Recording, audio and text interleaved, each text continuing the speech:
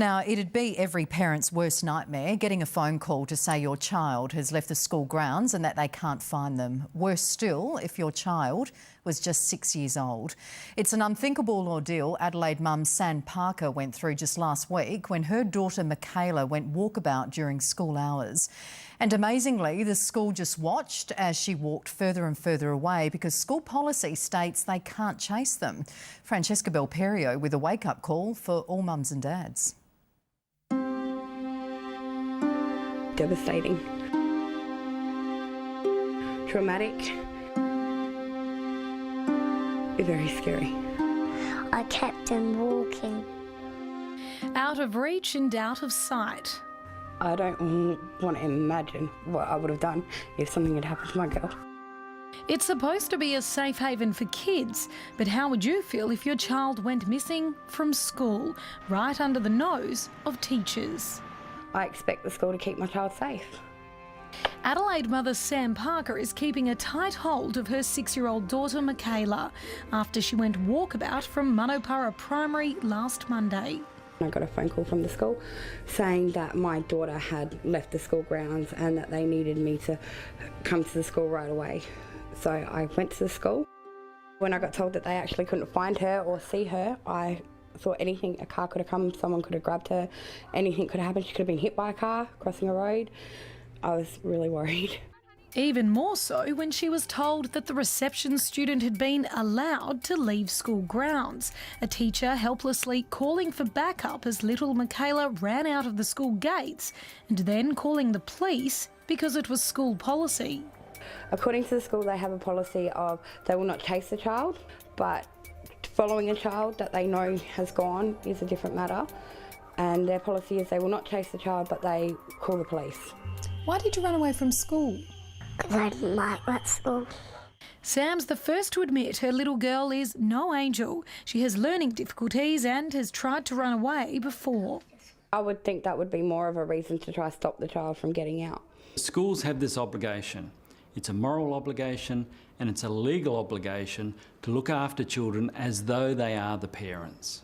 Child psychologist Dr. Darryl says the Education Department is letting down children with special needs like Michaela and is responsible for keeping children safe at school.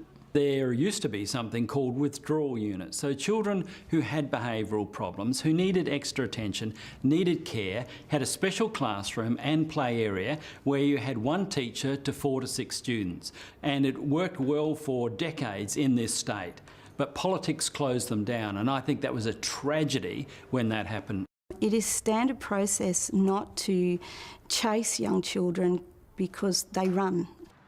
Leah Vogler is the principal at Runaway Primary. She says staff at the school did the right thing and that Michaela was safe, although it's hard to see how they were able to guarantee that at the time, with the child on the run outside school grounds. For me, the priority became keeping her in this location in my line of sight as best as possible. I could see her for all but probably 2 minutes. I thought they might have even tried a little bit of force to try to stop her from leaving the school grounds.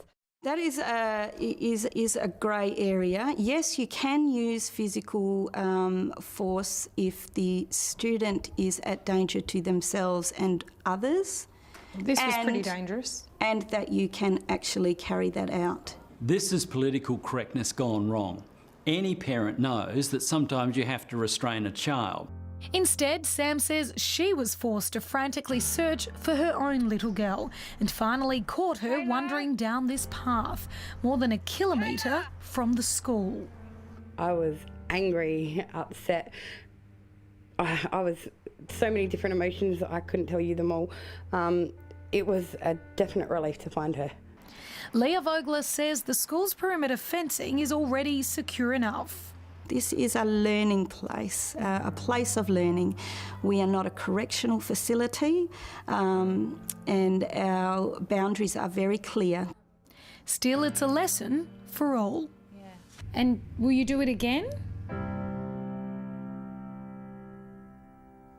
Well, the Education Department sent us an email just a short time ago saying it doesn't have a specific policy about chasing children outside of school grounds, and that as every situation's different, teachers can make the final call.